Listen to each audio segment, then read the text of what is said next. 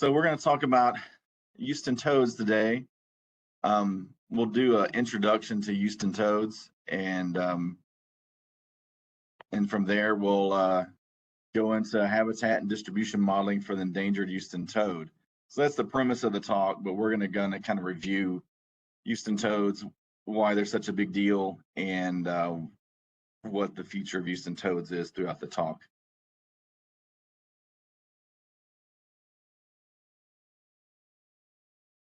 Okay, so Danielle and I are doing this talk, but we work for Texas A&M NRI, and this is our NRI team. But you can see photos and names of people that worked on this project.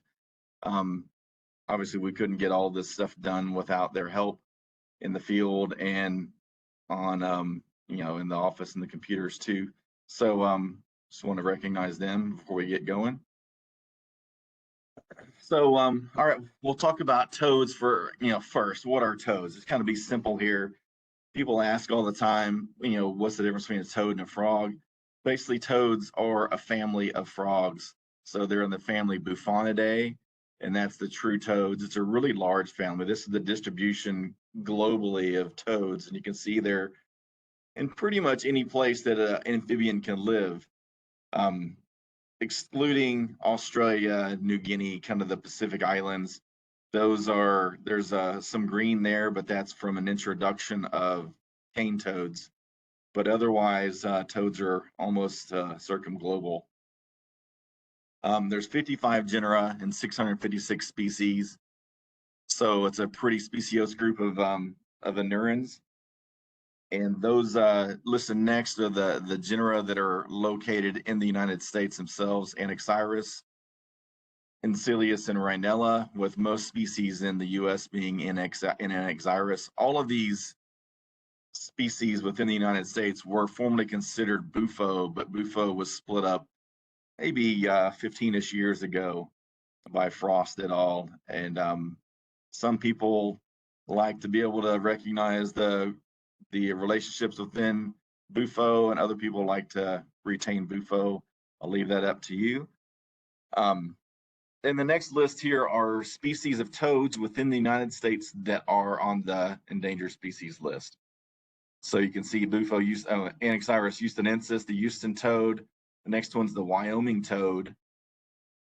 And then there is Californicus, Anaxyrus californicus, which is the California toad. It's related to the Aurora toad. It's a southwestern specialty.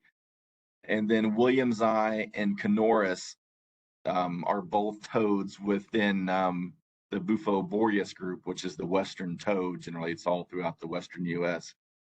But when you get into Nevada and the Sierra Nevada mountains in California, there are some speciation that has occurred due to isolation. So one of those is a Yosemite toad. Another one is a newly recognized species of toad from Nevada, just in the middle of the Great Basin.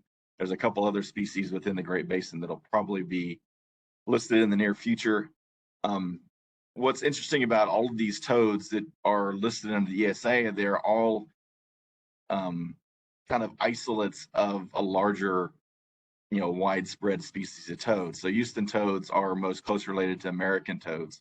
American toads are pretty much through, everything in the northeast. So, anything east of the Great Plains and north of the SEC conference zone, more or less.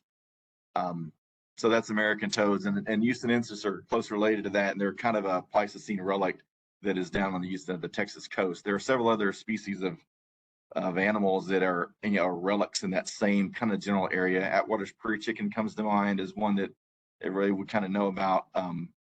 Smooth green snake is also found kind of in that Houston area along the prairies, and things like the 13-line ground squirrel is another one that kind of pops up down there. That these are thought to be Pleistocene relics from a time when glaciation kind of pushed things farther south. The Wyoming toad is another one of those examples of a relic of the Canadian toad. Like I said, those western toads are relics of a time when there was more widespread, water in the Great Basin anyway. So what's the history of the Houston toad? There's kind of an interesting listing history. Basically, the Houston toad was not formally described until Sanders in 1953 wrote a paper about an interesting group of toads that were being observed in the Houston area. There's mention of Houston toads in a couple books that were from the 30s. Right and Right was a famous herp guide before Conant and Collins, so back in the 30s. And there was another publication from the 30s that talked about toads being in the Houston area that weren't, your typical Woodhouse's toads. And they were, trying to figure out what they would wanted to call them. So anyway, Sanders described those in 53. And then as early as 1971, when Lauren Brown was working on Houston toads, he, talks about this trend toward extinction in Houston toads populations. So those were, in Houston, in Bastrop, in Burleson County at the time was where most of those were known from, and then Colorado County. So those locations, they were all, apparently declining already in 1971. So that's just kind of an important date to look at.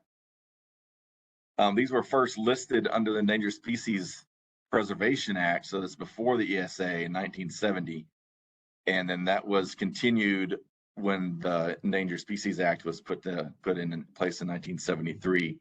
So the Houston toad has been listed for a long time by the federal government. In 1978, critical habitat was designated in small parts of their distribution. So obviously they were known from Harris County, and there were 6 areas in Harris County that were proposed. And then there was a chunk of land in Bastrop County, which is basically the state park and GLR in that area. And then in Burleson County, there was a population known from Lake Woodrow, which is north and east of Caldwell. And so there was a small circle around that lake that was made. There was the place in Bastrop, but all of the known and occupied habitat that was in Houston and Harris County was removed from the final document. So it was never given critical habitat status, even though there were, spots where toads were still being found. Houston toads in general have seemed to disappear from that Houston area very soon after those records were observed in 1976 and 77. And there are no reported Houston toads, since before 1980 in Harris County. In 2022, there was a recovery plan that was approved by Fish and Wildlife Service that we'll talk about later, but that is an important document that is looking at how we're going to what is needed, what needs to happen to remove Houston toads from the endangered species list, or at least downlist them from endangered to threatened. So basically, what's the natural history of the Houston toad? What are we talking about here? These are small to medium-sized toads. So there's a photograph of one there on the upper right part of their screen. So they're kind of a typical looking toad with cranial crest. The parotid gland is a big gland on their back. I'll show you a photo of that in a second that kind of describes that more. The warty complexion of toads. And they, and overall, our typical American, Anaxyrus are, have this same kind of appearance where they have warty texture. Skin isn't as kind of soft and smooth as a lot of other things like bullfrogs and that sort of thing, tree frogs. Something else that's interesting about them is that they're toads in general kind of hard to tell apart. They're most easily distinguished by call.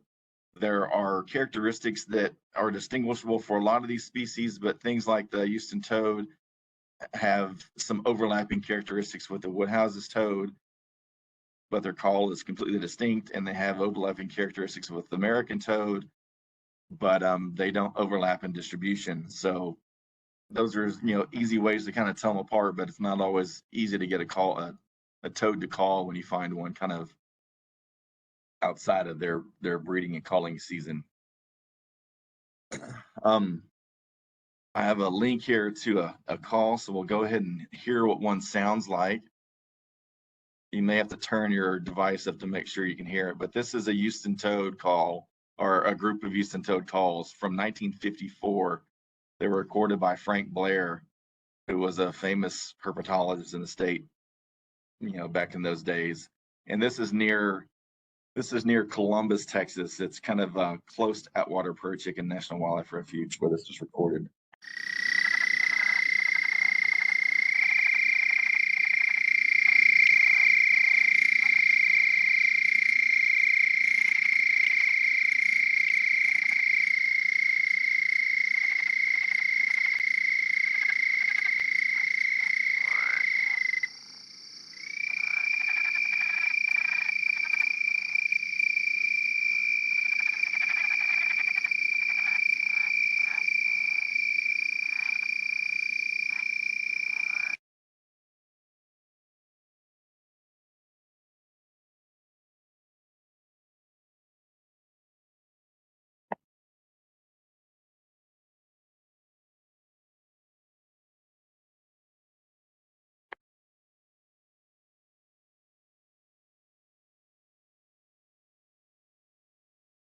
Did it unshare?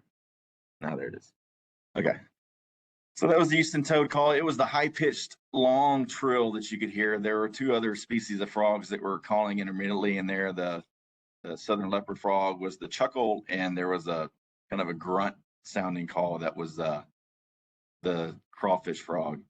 But that's the dynastic call of the Houston toad. It's kind of high-pitched trills that last for 10 to 15 seconds.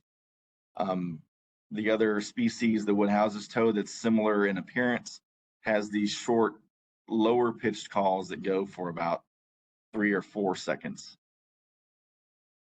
Activity season, these are known to call from late December to through June, so to about early July, but the peak is usually in March.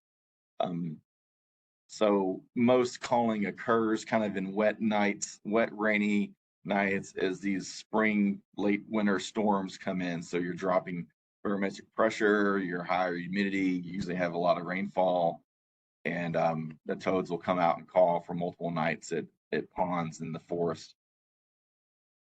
They're active in and around these breeding sites during the breeding season. So during the whole breeding season, these toads are kind of close to those wetlands that they're breeding in. They're not necessarily in them or right on the edge of them, but they'll be close enough to where they could travel to that wetland if they were going to call that night. So that's all kind of known from telemetry through several studies by, Forstner et al.'s group and some of our work also. But after the breeding season, it's little's known about where they go and what they do for estivation. So as it starts getting warmer, usually in late April, May, June, somewhere in there, depending on that season's weather activity, they'll go and dig into the soil. So they bury up in these sandy soils, and we don't know exactly how far down they go, but they are going down deep enough to where they are in a more or less consistent climate for moisture and temperature. On the bottom left of this is a toad egg mass. So they do these egg strands. So most toads have this sort of egg strand, and something good about anurans, especially these toads, is they produce a large amount of eggs at one time. So it's in the thousands of eggs in each one of these strands that they produce.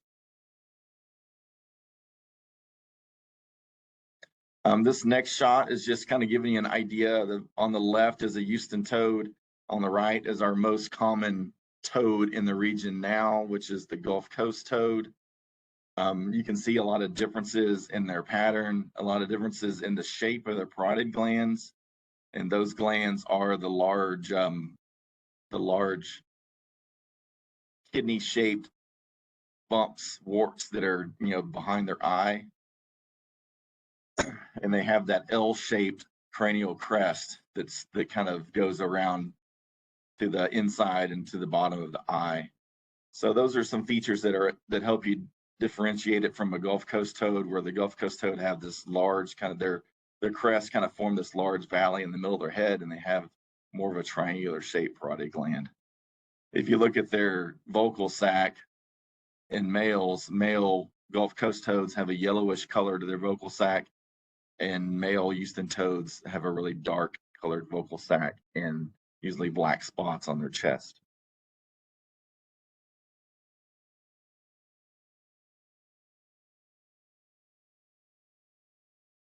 So what's their distribution?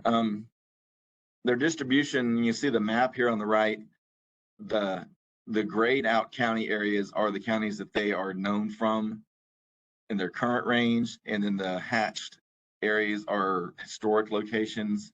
See, there is these two blue strips of soils or geology that go through the distribution of Houston toads, and all current known Houston toads are within blue patches of land there. So you can see in Bastrop County there is a divide in that blue strip, and that's the Colorado River going through the middle of Bastrop County. They are not known south of the Colorado River. And so that strip of blue that runs from Bastrop through Lee, Burleson, Milam, Robertson, and Leon County is the core kind of current distribution of Houston toads. They are not known east of the Trinity River or south of the Colorado River. And then there's another strip of geology that Houston toads are known from in Lavaca, Colorado, and Austin counties. And but the populations there have been kind of more widely dispersed and less well known outside of that area that's in the the border of Austin, Colorado County.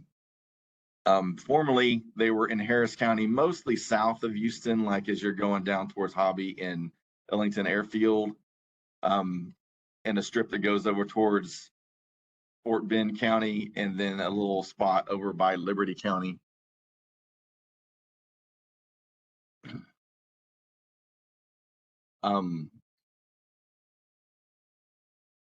So most recent sites. So we've been doing surveys for Houston toads in the last 3 or 4 years with a recovery grant that was funded to Houston Zoo from the Fish and Wildlife Service. And the only locations that they've been detected in those surveys, those range-wide surveys, are Bastrop and then Lavaca County. But they've also been heard in the last 10 years in Leon, Robertson, and Austin, to go with Bastrop and Lavaca.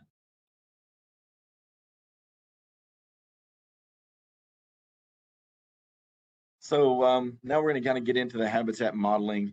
So one of the first models that's been kind of done and is widely used is this model by Buzo in 2008. She was a grad student within Forstner's lab at Texas State, and she took on the project of creating a habitat model largely based on soil and canopy cover. You can see a representation of their model for Bastrop County, and you can see the red areas are the best habitat for Houston toads, and you can see the big large red patch that runs from basically Bastrop State Park up through the Griffith Lee Ranch to the north of there. Well, one of our first modeling projects was funded by Parks and Wildlife to do an update of that map. So that was done in 2008, but technology has allowed us to analyze canopy in a more precise way. So using LiDAR technology, we created new maps. And then, of course, from 2008 to 2022, there had been a lot of changes of, deforestation, habitat being altered in other ways. And this is an example of that. In this image, you can see the two images on the right are two different model projections. The one on the left that's smaller is only modeling places where geologies that Houston toads have been verified in. The one on the right models all suitable soils. The one thing that you can see that's different from the Buzo model and these to the models that we produced is that you can see the scar for the 2011 fire that went through Bastrop.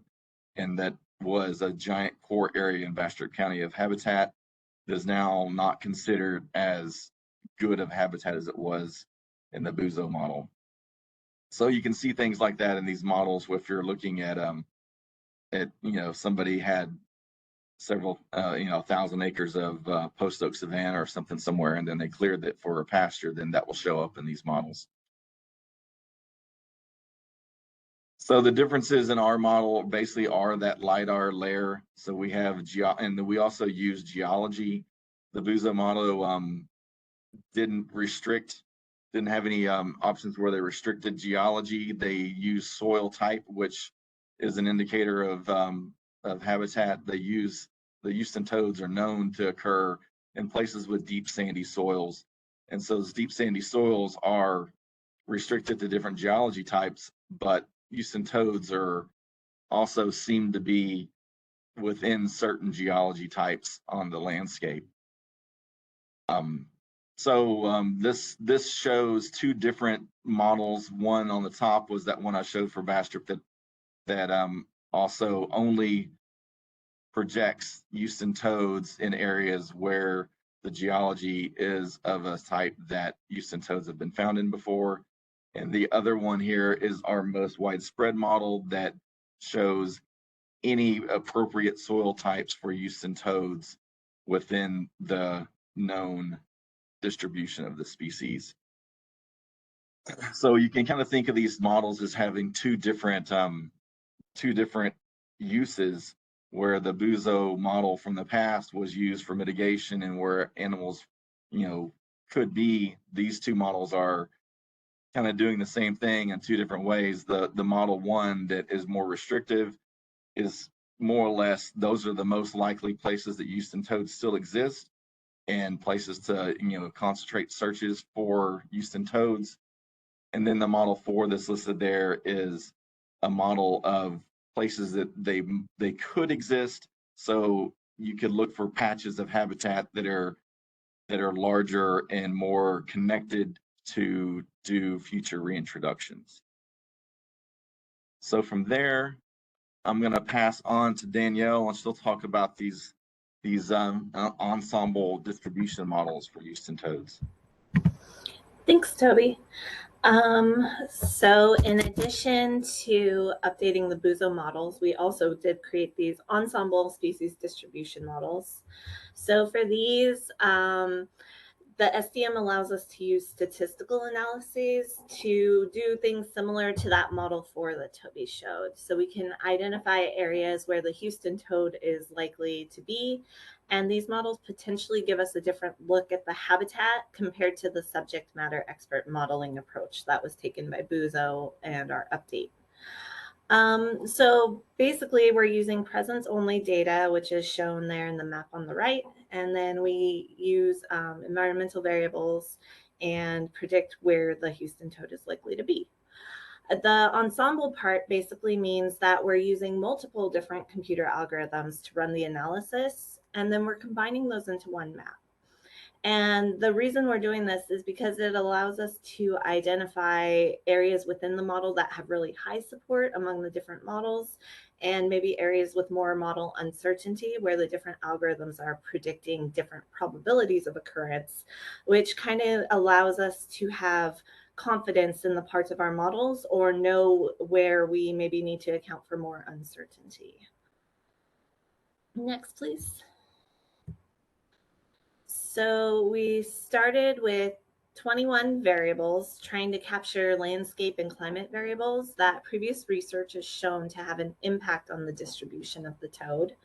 We did run those through a correlation analysis and removed very highly correlated variables. So our final environmental set is shown there kind of in the dark blue. And that included 14 different variables. So one soil, like the deep sand that Toby's mentioned in the past, some elevation and terrain, some wetland variables. We have some vegetation cover there at the bottom, and then 6 additional climate variables that we hope will help predict the probability of occurrence. Next. So here's some examples of what those input predictor variable layers look like. So you can see in the upper left, similar to the map with the blue geology layer Toby just showed, you can see that deep sand following that geology layer running in that thick belt from the southwest to the northeast. You can see like the precipitation gradient, and that's from March. And that shows again kind of that same southwest to northeast gradient with high to low precipitation. And then on the right, we can see various land cover layers like our forest cover, our grass and herbaceous cover layers, where the darker green shows the higher percent cover in each pixel. Next. So because we are using different algorithms for the ensemble model, we want to test them to make sure they are fitting the data well. So we used 9 different algorithms and ran each one independently, and then evaluated those using 3 different statistics, the AUC, the TSS, and Cohen's kappa. We have thresholds that we used. Those are in that dark blue bar there. And so values above those thresholds indicate that there's an excellent model fit to the data. And so you can see the Maxent and ANN had really low TSS and kappa, Cohen's kappa. And so we removed those and we only used 7 algorithms for the final ensemble model. Next. We did run 4 different ensemble models, and those use different configurations of the toad presence data. So for the first ensemble model there on the far left, we used the full data set of over 400 presence points. For the second model, we limited the presence data to the locations found only during 2000 to 2010. That kind of allows for a narrower interpretation of the model, and it does align more closely with the predictor, the cover variables that we used. Because our data was spread over such a long time frame and most of it was collected before 2013, our initial models, we used the NLCD 2004 cover layer vegetations. And so we wanted to see if there would be any major differences by just limiting our presence data. Here you can see those first 2 ensemble models look incredibly similar. There's a little bit of difference among them when you dig down deep, but on the large scale, they look pretty similar. Next.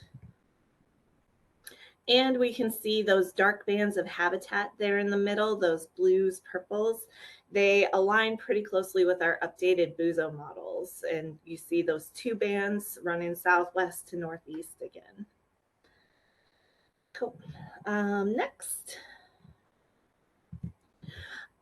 For the 3rd and 4th ensemble models, we filtered the presence data. And we did that because it should allow us to basically cast a wider net and pick up more areas of potential habitat for the toad, because we're lessening the weight of the areas where many observations have been made. Sometimes our presence data can be biased due to access or other things. And so we just want to maybe see what else might be on the landscape using these filtered data points. So for ESDM3, we filtered the data geographically. So any points that were clumped in space were thinned, and so we used fewer points in those clumped areas. In ESDM4, we filtered our presence data environmentally using our environmental variables. So instead of filtering points that were clumped with similar latitudes and longitudes, we filtered presence data that was clumped in areas that had things like similar sand or precipitation values.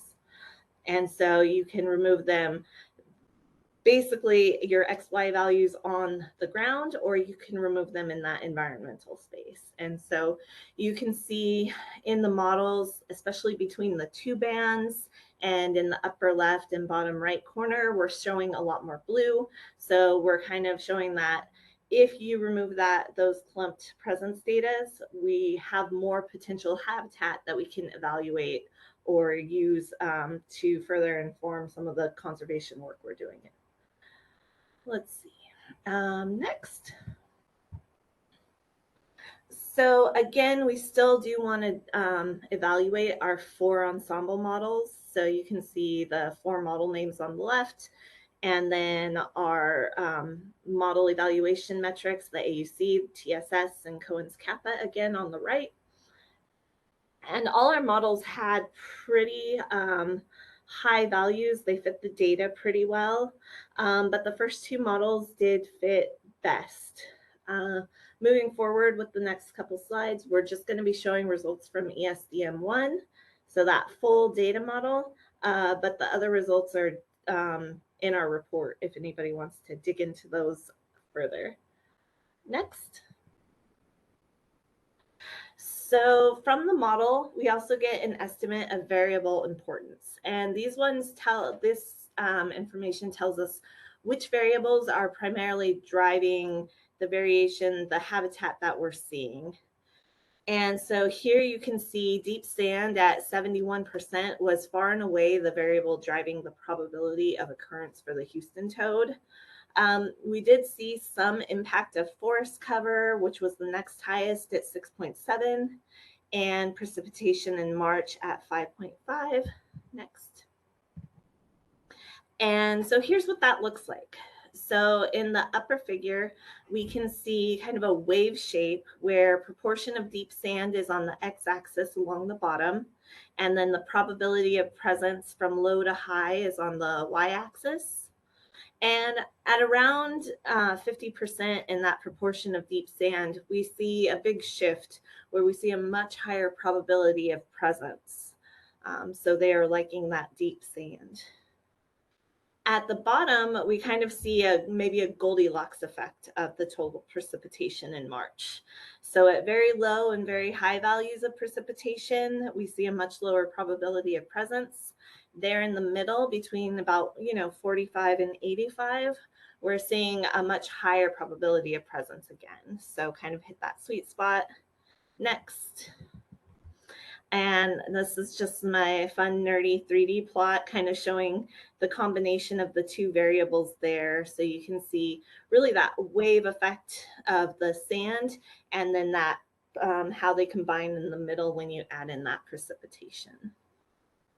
Okay. Next. So finally, in the upper left, and you guys can see why I left this one for last, although forest cover was one of our top 3 most important variables, the relationship was much less clear. So there was a lot of variability, kind of that whole space covered across that whole gradient of percentage cover.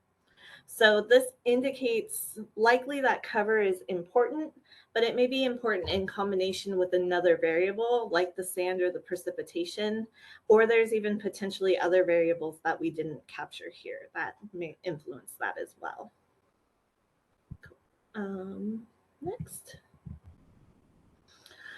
So like Toby was saying, our earlier models were from 2004, 2008. There's a lot of changes have happened since then in the habitat. But because our presence data was older, we chose to use those older cover variables because that data should theoretically better represent the landscape that those toads lived in at the time that the data was collected. However, we want to know what their habitat would look like now. We need to know the current status of that. And so using updated cover layers from 2021, we were able to project the results of our initial model, so ESDM1, using these new cover variables, although we kept other variables like our soil and climate, which are less likely to change over time, especially that short time period, the same. And so we can compare our original and projected models, so the older versus the newer ones. Now, kind of looking at the models, if you squint, you can see maybe some differences, maybe some lighter colors in those dark blue areas. Next. But we can do a difference map to really highlight the areas of change. So in this case, we can see the biggest difference lies in those dark red areas, kind of in that southern band of habitat, through where we're losing maybe where we're having a lower probability of presence in like Lavaca and Colorado counties in 2021 as compared to 2004. And we see generally some lower presence probability in that upper band, but it's kind of lighter and kind of spread throughout that whole area. Next, we can really capture it, those differences between the two maps, when we start looking at the number of pixels that kind of fall into these ranges. So we've divided our data just kind of in an ad hoc manner into 5 different groups. So you can see those pixel ranges there in the middle. So any pixel that's falling in that 0.6 to 1 range, so those top 2 lines, we expect a higher probability of finding a toad, or at least well-fitting toad habitat in those parts of the map.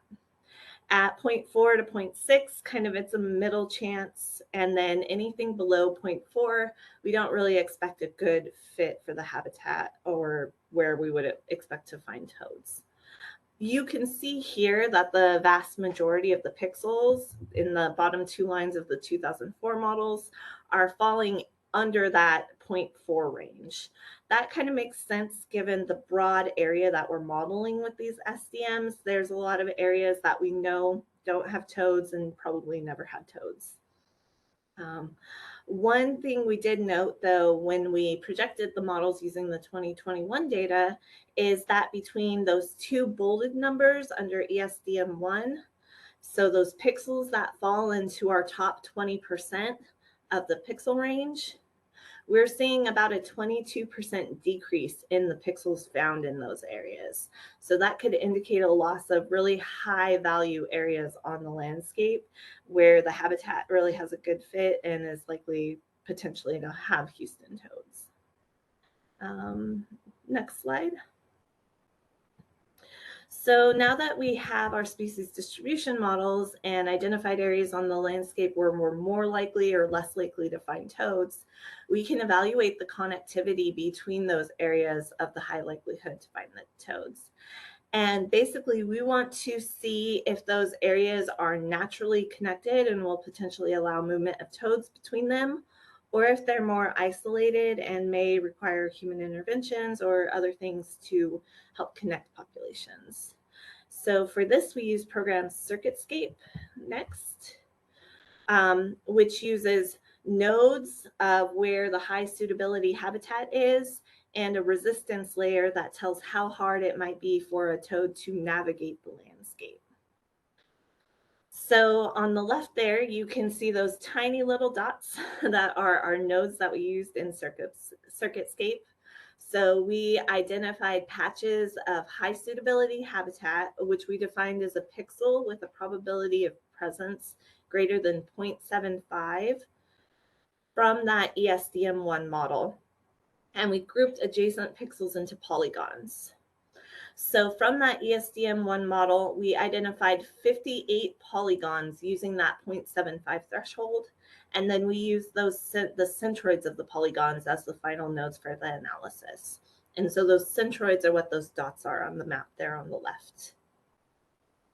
To create a resistance layer, how hard it is potentially for a toad to move through a pixel, again, we used our ESDM1 model and we subtracted each pixel from 1 and then multiplied it by 10. And that basically gave us the output on the right. And that just made it kind of easier to rank things for the human brain. So our pixels ranged from basically a 1 to a 10, with the 1 being the easiest for the toad to move through, though they're in the dark blue, and then 10 being the hardest to move through, where there's basically no habitat. Next. So CircuitScape did its magic, and here we can see the results in the current flow map. So here, areas of purple indicate a very low flow between those polygon centroids, which are the bright dots on the map. And then any areas that are kind of orange or yellow have that higher flow, or those are flow being the areas that toads could more easily move through. If you zoom in, next slide. So here you can kind of see that there's like 5 to 6-ish areas of low to medium connectivity, but then there's really darker spots in between those where, so those connected areas are pretty isolated on the landscape.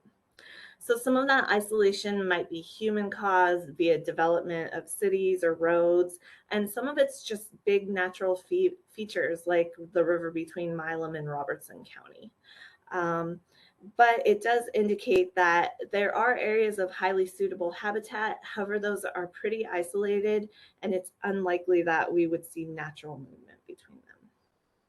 Yeah. So with that good news, I'll turn it back to Toby to wrap it up for us.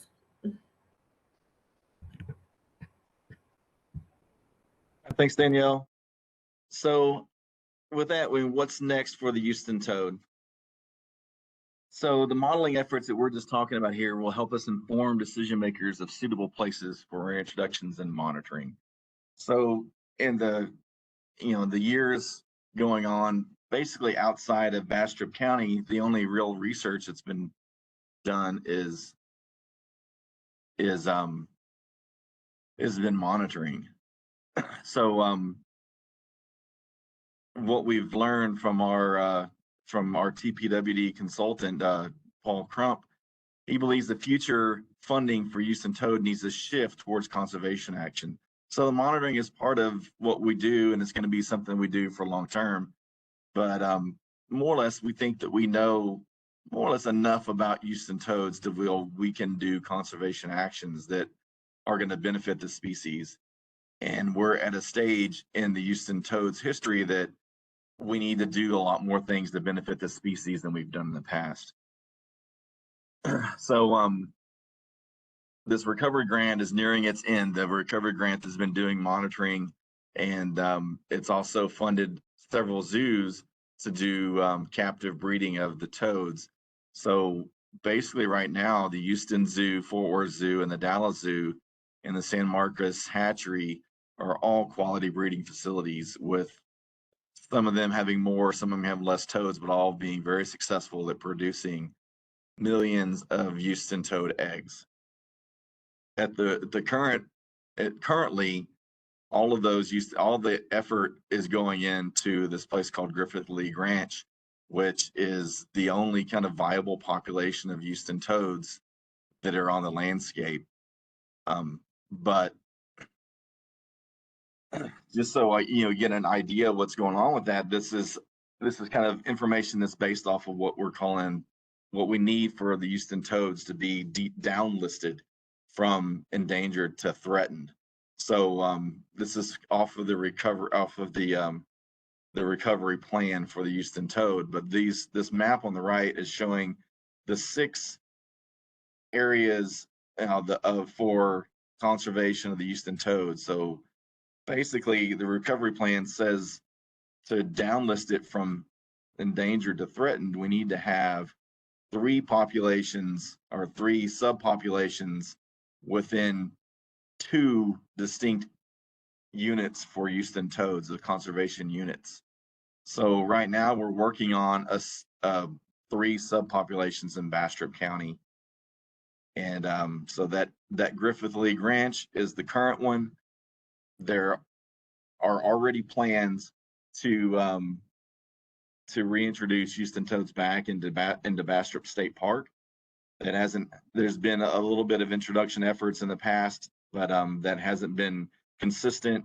And honestly, the habitat is being kind of put back into good shape since the fire, and since new pieces of that property have been acquired. There's been some habitat management that needed to occur, but it's getting close to being ready to put Houston toads back into Bastrop State Park. But with GLR already in place, Bastrop State Park on the docket for coming into place, to meet the recovery goal, we still need one other subpopulation within that Bastrop Lee County unit, conservation management unit, and then there has to be a specific number of female toads on the landscape for 5 years in a row before it gets considered that unit is more or less recovered. And then we need 2 of those units. So So kind of all of that said, we're kind of a long ways away from getting anywhere with delisting or downlisting the Houston toad. So we have that one spot that's in the works in Bastrop County.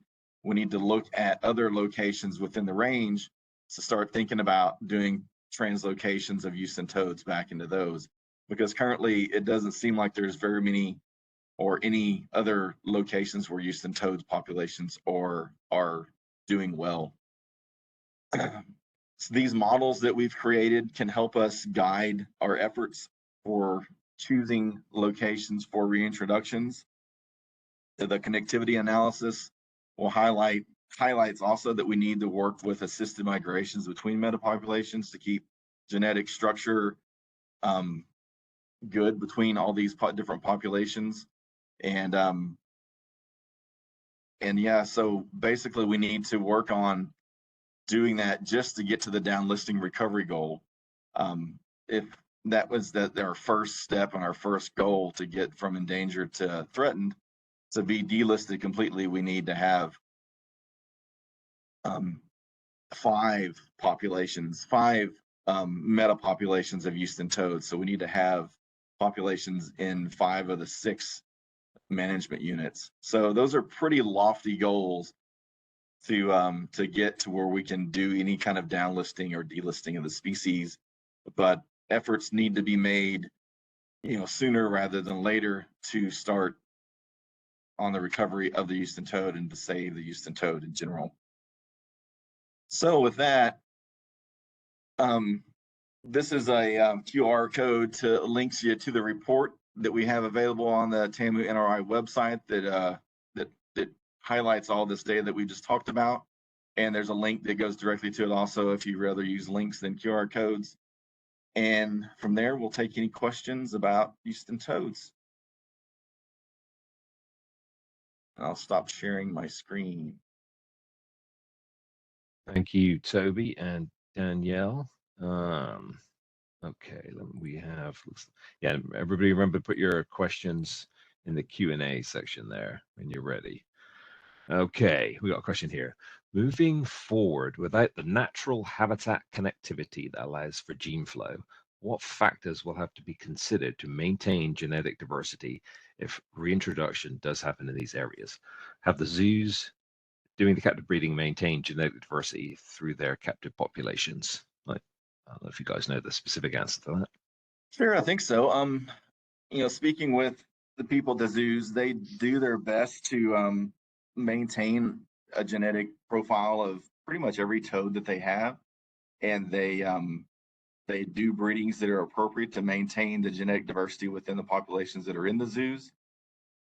So once they leave the zoo, it's more difficult to understand what's going on. There needs to be some sort of genetic monitoring to make sure that the wild population or the new translocated wild populations are still genetically diverse, because as you can imagine, there could be some biases towards certain genes that of the toads that make it in these populations, and we want to make sure that we can try to keep as much genetic diversity available for for these wild populations that we're creating.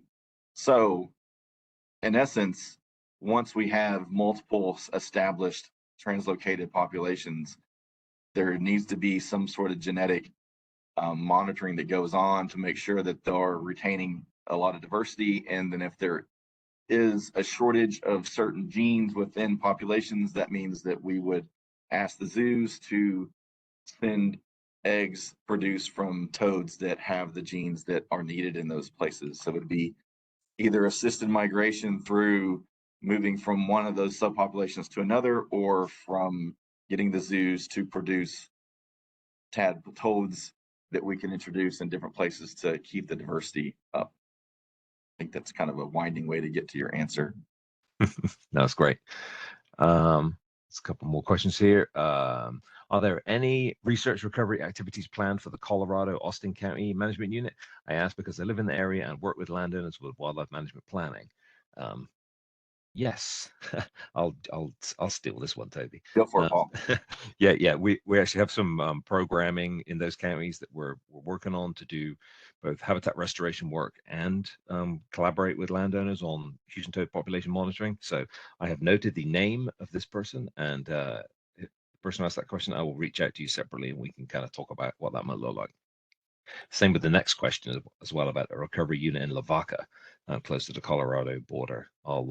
I'll reach out to that person as well with that question. Okay, now on to some other stuff. Are there efforts being made to identify and overcome connectivity between occupied areas? Connectivity in places that it can be done, I think,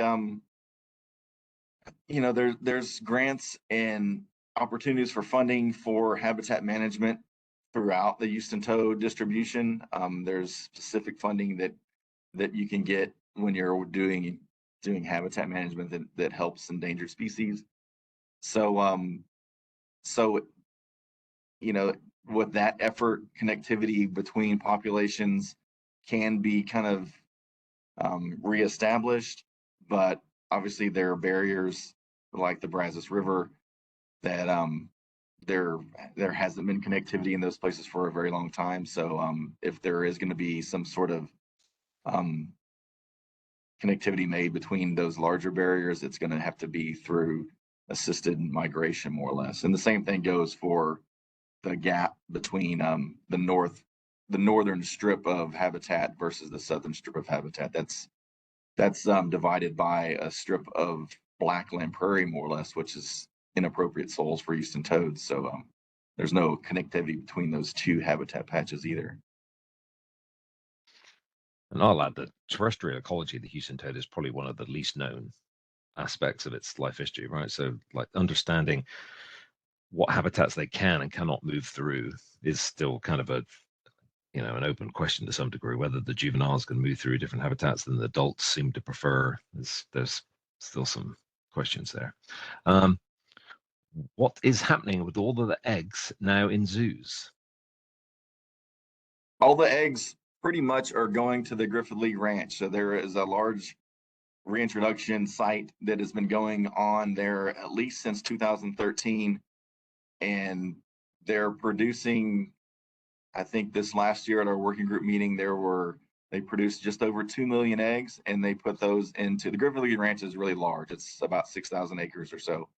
So there's a lot of space there for Houston toads, and there are two main ponds on that those eggs are being split between. And I mean, I talked about recovery goals for subpopulations. Well, those still haven't been met at GLR. They want, it's listed in the recovery plan that they need to see 1,000 females returning to the breeding facility, the breeding ponds in these subpopulations. And so there hasn't been that level met at the Griffith League Ranch after 13 or 15 years of introductions there. So yeah, I mean, there's still need to continue to put toads into the Griffith League Ranch to try to reach that goal. But yeah, all the toads that are being produced are being released at the moment. So additional efforts will require either a reduction of toads put into the Griffith League Ranch or increase of toads being produced at those zoos. Another question was, how many females are at Bastrop? I can't remember the exact number from the presentations we saw earlier this summer. Yeah, I don't remember either. All I remember is that there are nights on the GLR where they have over 100 males calling at each one of their large kind of breeding ponds with scattered males throughout. So I don't think that there's ever a night or ever a season where they consider there's 1,000 toads calling their male. So that's why I'm confident to say that there hasn't been 1,000 females breeding in a season yet. So I think we're pretty far from that, actually. Oh, very good. Okay.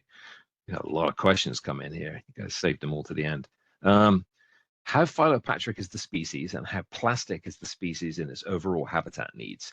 That goes towards the type of release, hard or soft, or how carefully you have to how careful you have to be with habitat improvement. Well, currently the current populations seem to be pretty restricted to specific deep sandy soil habitats. Historically, the populations in Houston and Colorado County seem to have been on still sandy soils, but they seem to have been in prairie habitats in some of those places, which is kind of hard to figure out what's going on there considering the current distribution of the Houston toad. Um, so another kind of bad thing about that is we haven't really captured any of that genetics that would have, been within those populations in our captive populations, because they were gone before the zoos started acquiring toads for captive propagation.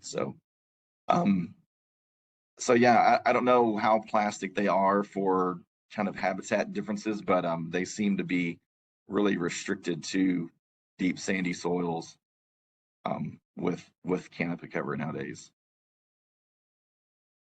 And to the sort of release question, to the hard or soft side of things, the program has kind of evolved over the last 20 years, essentially, to being one where larger individuals were raised and released earlier, to now where eggs are released. And I think the nature of that is really all about trying to maximize the number of individuals on the landscape and let the environment select for the individuals that will thrive in that particular area.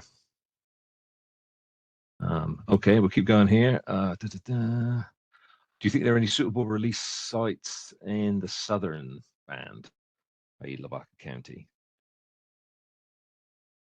I'm sure there are sites that would be suitable for release down there.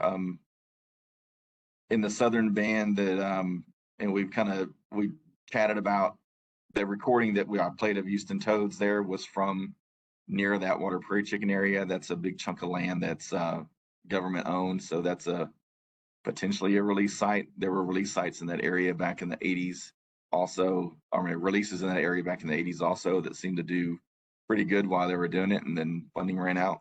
The toads have since kind of disappeared from most of that habitat. So yeah, places that are more privately owned, it's just a matter of either somebody or some agency or something acquiring land, or working with landowners that have safe harbor agreements or conservation easements on a fairly large piece of land. There are also acreage requirements that are listed on the recovery plan. So it'll have to be kind of a sizable piece of land before a sizable patch of habitat before a release would be done in that area. So we're already at our time, and there's a lot of questions. Do you, Toby and Daniel, have time to work through the rest of them?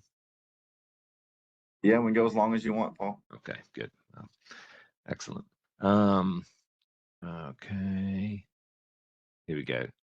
If we get a location prepped for toads, do we have to wait for connectivity before getting toads? Well, naturally, getting toads, yes, because they're probably not going to go there on their own from another population unless they're really close to a release site. But yeah, the approval or the process of having a new translocation site will likely be fairly slow and be very selective, just because there's a finite number of toads that can be produced, and so that kind of process is going to take some time. And so yeah, I mean, creating habitat and building habitat in patches that are large are very important for the species, and so I guess what I'm trying to say is that there's not a whole lot of big options out there for translocations at the moment. So anything that gets a lot of work and is good habitat and is in a big patch would be considered, you know, kind of in the at least the medium term. Excellent. Okay, what are the challenges in creating additional on-the-ground conservation for Houston toads? I guess the biggest challenge is that in eastern Texas, there's not a lot of large landowners. And so more or less you're building this system of habitat management across, you know, lots and lots of different private landowners. And there are a lot of, especially nowadays, there's a lot of landowners that are really good stewards of the land, and they want to have, you know, back to, you know, natural post oak savanna or, you know, pine savanna or whatever. But you know, if you're a 100 acres and your neighbors own, you know, similar sized patches all around them, but they're not all kind of into conservation and stuff, and they're not doing, you know, things right for the Houston toads, then it makes it really hard to deal with that fragmentation or the fragmenting of suitable habitat across the distribution. I think that seems to be the biggest hurdle. It seems like we're figuring out in general how to produce toads in captivity, and the process that's going on out at the Griffith Lake Ranch, it seems to be working really well. So so right now it's more about locations and habitat management and less about producing toads and knowing how to put toads back in the landscape. Great. Do you all expect the suitability model to shift as rainfall patterns and canopy patterns change with climate change? Yes, to answer that in a short manner, but yes, there are climate projections that we could use. Right now, they go out 2050, 2070, where we could kind of do the same thing and project our initial models to those. That's not something we've done yet, but we do have the information to do that.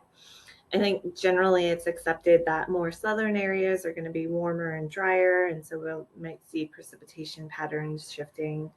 So that's potentially something to think about as we start putting, as the interest shifts towards putting maybe more Houston toad populations on the ground, and potentially looking at areas further north and east in their range that might help buffer some of these potential changes that we might see in the future. Toby, anything you want to add there? No, I mean, I think you got it. There's a trend of drying in the west, and there's a trend of drying in the east too. It's just slower, and there's been more rain in the east anyway. So in general, it also makes sense to have populations that are also more dispersed across the former distribution to encompass more different scenarios for climate and weather, and just gets more resiliency in the species anyway, to have a more widespread effort. Okay, we've got a couple of questions about canopy cover in the model here. So this first question is kind of comes with a question and comment. So I'll read it all out. Give me a second here. What was the qualifying level of canopy cover for the modeling? I feel that some of the older modeling used canopy cover percentages that were too high. Encouraging higher plant community species richness and diversity in native oak savanna systems usually occurs at canopy covers below 40%. With the exception of the Bastrop Lost Pines, the majority of the area would have been post oak savanna, and I wonder if past canopy cover limitations were indicative of where toads were found versus what they actually prefer. Yeah, for the model, we didn't, for the ESDMs at least, we didn't really have a threshold level where we saw a huge increase in probability of presence or drop off. The cover and presence was kind of really filled the whole plot, which indicates that there's not one clear pattern that we were able to detect here. Canopy cover may be very important in some situations, but maybe less so in others, depending on the habitat lower towards the ground or the appropriateness of the soil, all that kind of fun stuff. So on the modeling, we didn't really have a clear pattern for that canopy cover. So that's a good question, and I'll let Toby speculate some more.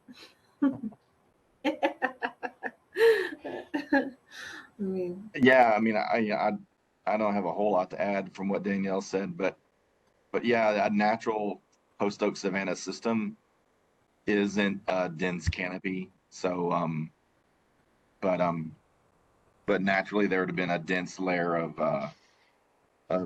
little blue stem and other herbaceous layer that would retain moisture and stuff on the landscape. So yeah, I mean, I've always been kind of curious about canopy cover, and it obviously is important, and it is shown up in lots and lots of models that have been done for this species. So it's kind of hard to ignore, and it's also, we did our due diligence about trying to make sure that we didn't have a bias of bastrip plots or points in our data set, and canopy still pops out. So I mean, you see in our points that we used, our 400 whatever points that we used for the model, most of those are in Bastrop County. Well, with that filtering of removing, points that were, kind of close to each other, it's not going to bias with Bastrop County anymore. So we're still seeing canopy as important outside of that. So, but like Danielle said, there's not a specific cutoff to where, they don't like open area, or they don't like or too much canopy that's observable in our data set. There was another similar question or question/comment about canopy too. I'm wondering if there's been too much attention paid to canopy cover variables in the past based on your results, or if further queries may reveal a trough between savanna and closed forest. Daniel, we talked about this a little bit, about the idea that you can model the kind of configuration of the canopy cover versus canopy, the percent canopy cover. Right. There may be ways to dig down deeper, maybe especially on a smaller scale, like for the Buzo models, because these were done at close to a kilometer scale. So you have broader landscape patterns encompassed in that. So it may be more of an edge type thing where they like having both open and forested, or it may just be what Toby's saying with the data that we're working with the presence points that we have. We don't have a lot of the historic locations that were in prairies that may kind of pull or help elucidate more of a pattern on the canopy cover. That's great. Okay, there's one more question about the habitat and habitat modeling. I think we'll address that, and then we'll pack it up after that. Okay. So what is the breeding habitat of the toads? It is known how the sand soil factors related to the. Is it known how the sand soil factors are related to the aquatic habitat they're using for breeding?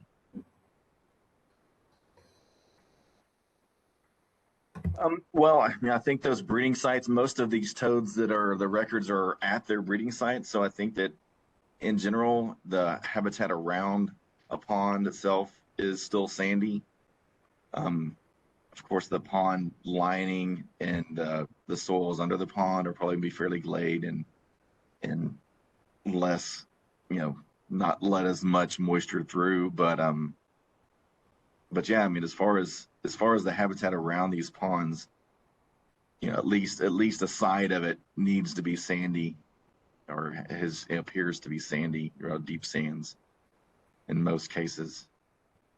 I think that's kind of what they were getting at. Yeah, I think so. What about ephemeral versus permanent wetlands, that kind of thing? I think that we're dealing with a kind of a current situation where ephemeral wetlands are not very widespread on the habitat anymore. And most of these breeding sites that that toads are using are these ponds that are, you know, stock tanks and that sort of thing. You start looking through some of the old literature, and that Lauren Brown paper from 1971 talks about how Houston toads, when he was going around Bastrop State Park area and Goodyear Trace and all that sort of stuff in Bastrop County, that they would be in kind of roadside ditches sometimes. They would be in rutted landscapes in the forest. They'd also be in just kind of low spots and small little puddles and that sort of thing, calling kind of distributed across the forest itself. So I would expect naturally there would have been much more use of ephemeral habitats, but currently it seems that those habitats aren't as prevalent as they used to be. So they're kind of removed by their prevalence in the landscape. Okay, great. Well, I think we should probably wrap it up then. Toby, Daniel, thank you so much.